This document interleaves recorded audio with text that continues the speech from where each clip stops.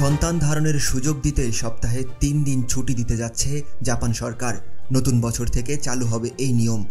ইতিমধ্যেই সেই ঘোষণা করে দিয়েছে স্থানীয় প্রশাসন। সম্প্রতি সরকারি কর্মচারীদের সাপ্তাহিক কাজের দিন 4-এ নামিয়ে আনার সিদ্ধান্ত নিয়েছে জাপান।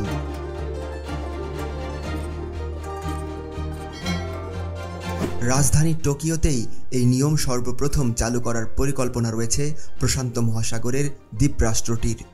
সেই মতো বিজ্ঞপ্তি জারি করেছে টোকিও মেট্রোপলিটন গভর্নমেন্ট। এর আওতাভুক্ত কর্মীরা সপ্তাহে 3 দিন ছুটি পাবেন।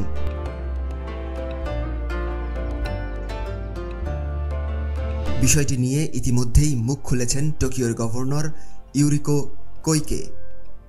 তার কথায় নতুন নিয়ম আগামী বছরের এপ্রিল থেকে চালু হবে। চলতি অর্থবর্ষের শেষ দিন অর্থাৎ 31 মার্চ পর্যন্ত সাপ্তাহিক কাজের দিনের কোনো বদল করা হচ্ছে না। নতুন আর্থিক বছরের প্রথম দিন থেকে সপ্তাহে 4 দিন কাজ এবং 3 দিন ছুটি ভোগ করবেন পুরকর্মীরা।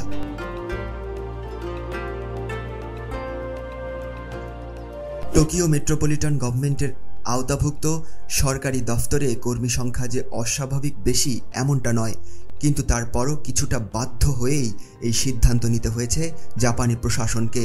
এর জন্য মূলত জন্মহার কমে যাওয়াকেই দায়ী করছেন উদীয়মান সূর্যের দেশটির পদস্থ কর্মকর্তারা।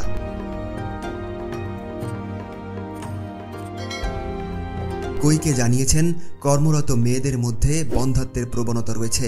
তাদের সন্তান ধারণের ক্ষমতা হ্রাস পাচ্ছে, ফলে নিম্নমুখী হয়েছে জন্মহারের সূচক।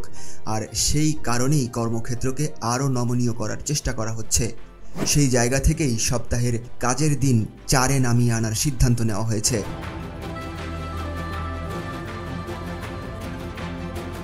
প্রিয় দর্শক, কেমন ছিল আজকের ভিডিও কমেন্ট করে জানাতে ভুলবেন না।